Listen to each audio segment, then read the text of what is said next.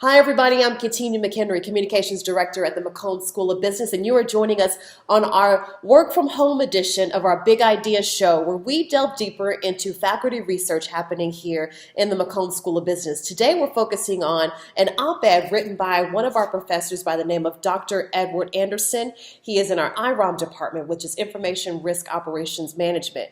His op-ed focuses on supply chain, why people are hoarding, rationing, and a term called the bullwhip effect, where we're talking about the effect the coronavirus has had on the supply chain, consumers, consumer buying, purchasing, etc. So thank you so much for joining us today, and it's good to see you. It's my pleasure, Katina.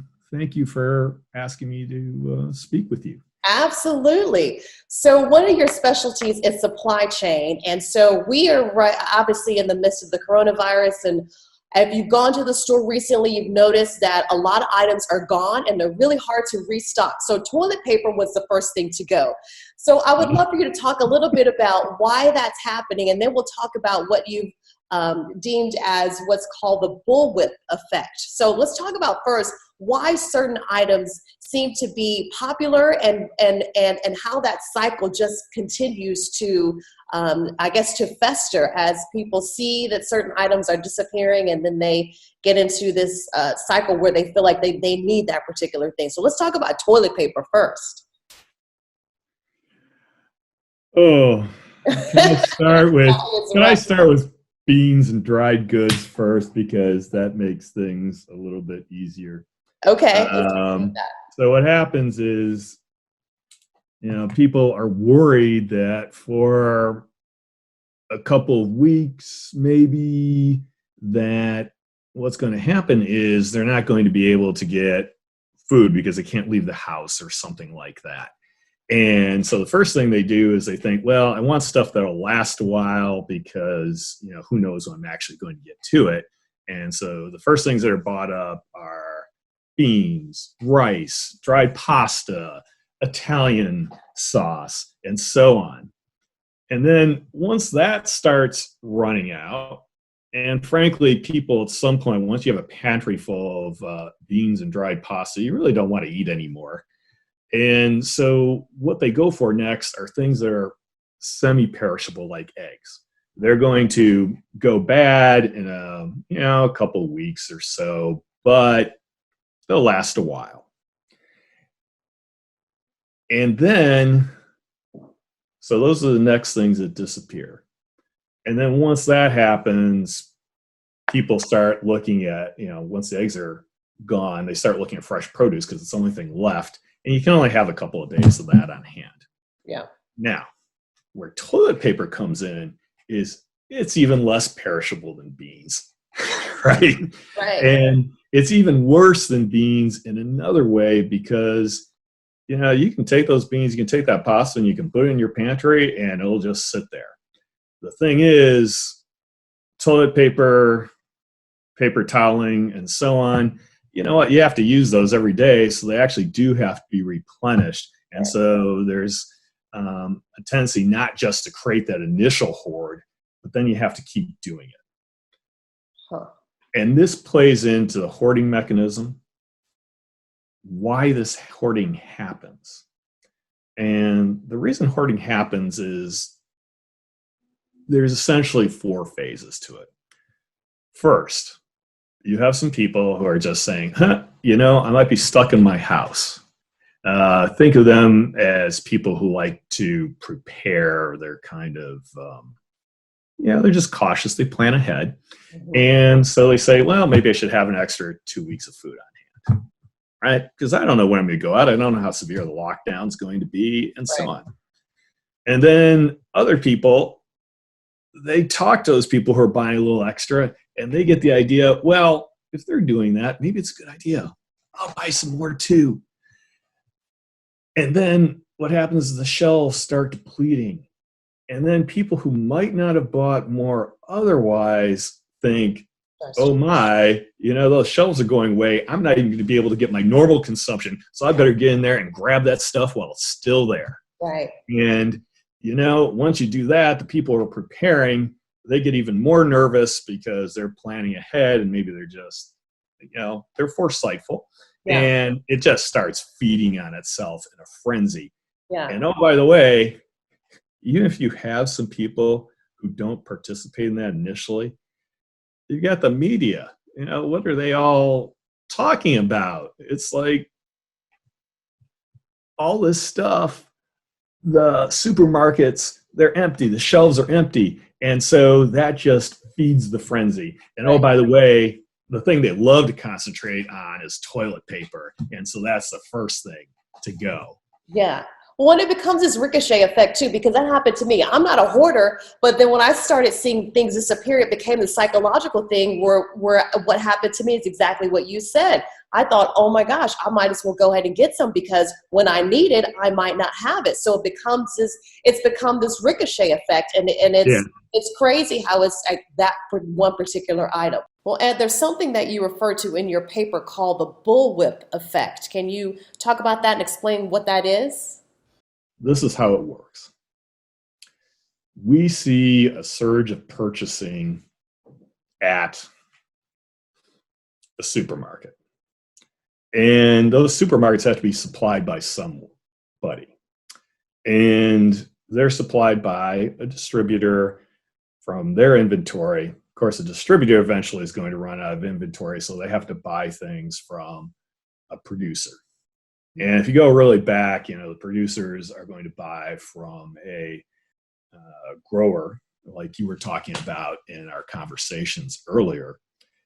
And that linkage from consumer through producer, and then we could also include perhaps the growers.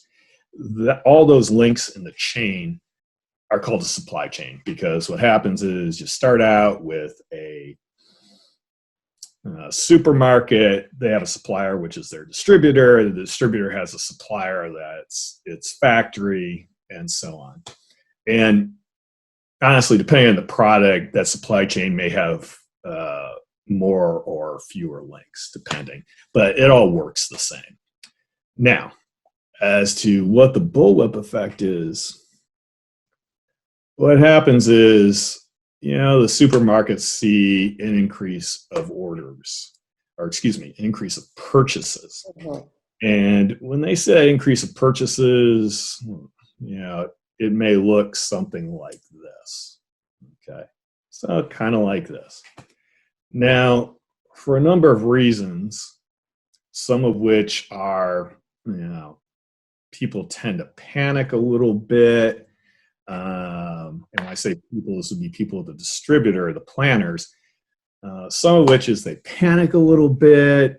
Some of which is has to do with if they see more demand, they want to adjust their inventories upwards to deal with more surges.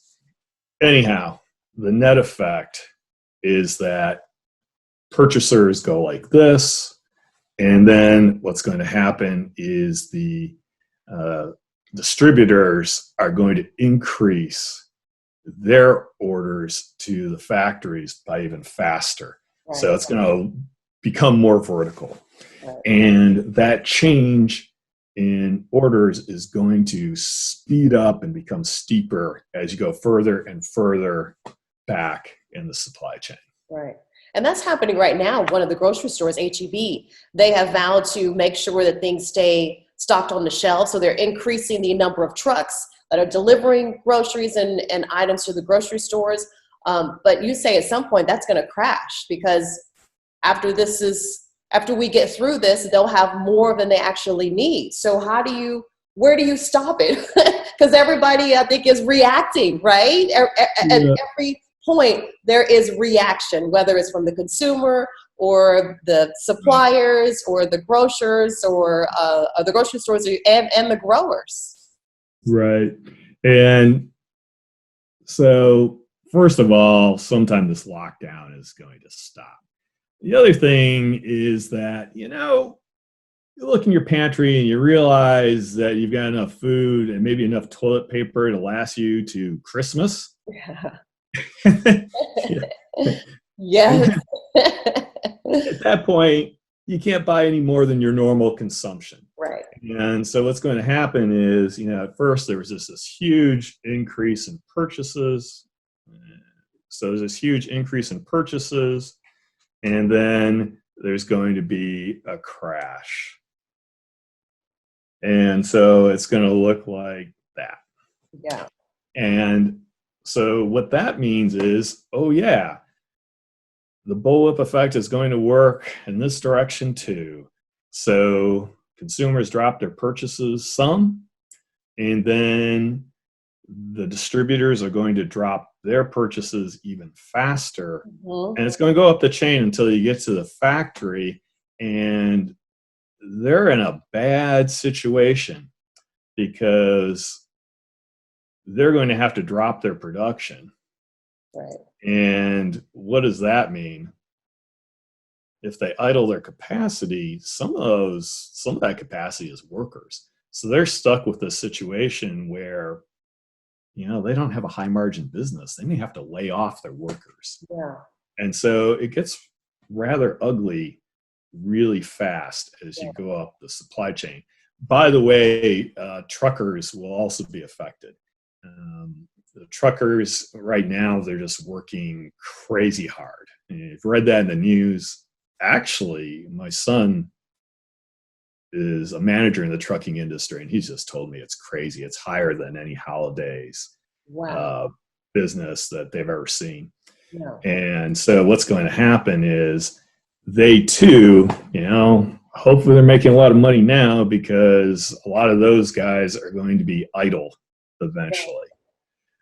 Well, and you mentioned the other day when we were talking about this, just preparing for this interview today, is that eventually that's going to create a lot of waste, because if everyone's overproducing, people are overbuying and panic buying, at some point they're not going to need all of that, and then at some point you're going to have all this extra stuff, and then what do you do with all the extra stuff? Right. And hopefully most of the extra stuff is what we were talking about earlier. Toilet paper, rice, pasta. That's good for a long time. So eventually it'll be eaten up. And that's perfectly fine. If people have a lot of meat stored up or vegetables, that's not so great, because that stuff can't keep. Not quite as worried about that. Realistically, for the consumer, this isn't going to be that bad once things let up. Yeah. What's going to be bad for are people up the supply chain, the truckers, the distributors, and the factories are all going to have serious problems, because that initial boom from hoarding is going to turn into a bust. Yeah.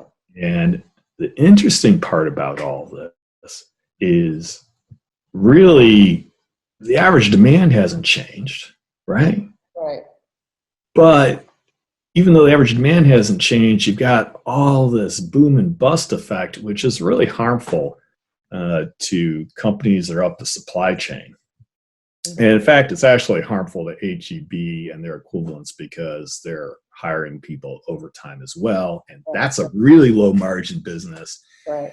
And H-E-B in particular, they won't gouge the customers. So at some point, they're going to lose money.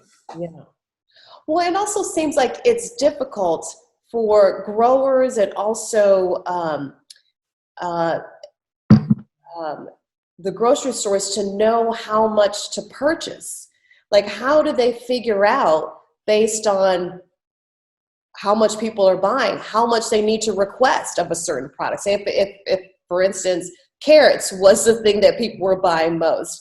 How do they decide, how do they make decisions on how much they actually need? Or do they just say, just grow as many as you can and send us as many as you can? How do they know? Because it seems like there has to be a balance, and there has to be a science that's applied to it. So how do they know? There is a science. It's called forecasting, right? The problem is those forecasts assume that something like normal behavior is going on. Right. And And it's not normal. it's not. And as soon as you have these huge changes, then the forecasting models tend to break down. Right. That's part of the reason why you get the overreactions. And so forecasting models don't really help, Right. at least So, not much. Basically, they're just going to say, hey, demand's going up. And oh, by the way, those forecasting models, even if they track well going up, which they actually won't, they'll tend to lag, they're not very good at catching when demand starts dropping, yeah. because you have to look at past data to actually make a forecast. If you're looking at stuff that's a week or 2 weeks out in this sort of situation, the crash is going to happen much faster. Right. And so it's frankly a mess. Yeah. So in your years of studying this, and you've been looking at this for a very long time, have you seen anything like this before? I mean, we haven't had anything this bad, but I think we've had other instances and situations where we've been in a recession. But have you seen it this bad before? Not this bad, Yeah. but at a lower level, this goes on all the time. It's less noticeable in supermarkets. But at one time, we were talking about toilet paper. Yeah. What happened is that, supermarkets would occasionally have promotions, sales. They would mark their toilet paper down as kind of a loss leader to bring people in. And the problem is that would increase sales somewhat. And then the suppliers would increase sales even more.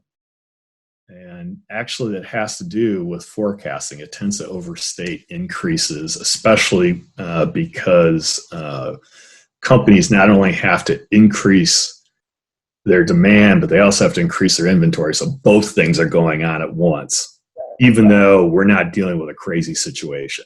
This is all rational. But still, the increase is going to be faster with the suppliers, and then that's going to go to the distributors and back to the factory. And so those promotions create a lot of problems. And at Procter and Gamble, it was estimated at one time that 80% of the purchases of, say, toilet paper from the factory were during those promotion periods. And so they were having real booms and busts. Mm-hmm. And eventually Procter & Gamble figured out how to deal with that. All right, so last question. How long do you think it's going to take for the crash to happen? And then how long I guess two questions. How long do you think it's going to take for the crash to happen? And then how long do you think it will take to normalize? That is a very good question. So there's already some normalization going on because supermarkets like H-E-B are practicing rationing. Mm-hmm. That's calming this rapid increase in demand already. And so things are kind of returning back to normal. They're not really normal as opposed to like when we don't have to deal with the coronavirus, but they're better than they were. And so what's happening is the purchase increases are stabilizing and they're not crashing. Mm-hmm. So that's a good thing because all of that is passed up the supply chain, and so things are getting a little easier in the factories and so forth. And oh, by the way, this is crucial. Because of the rationing, people like myself, we go into the supermarket and we actually see eggs and meat there. Maybe not a lot, but we go every day for about 3 days and it's always there. There's always some. And so then I calm down. And then it kicks that hoarding cycle into reverse. Huh. And so that's good too. Yeah. Ultimately, when is the crash going to occur?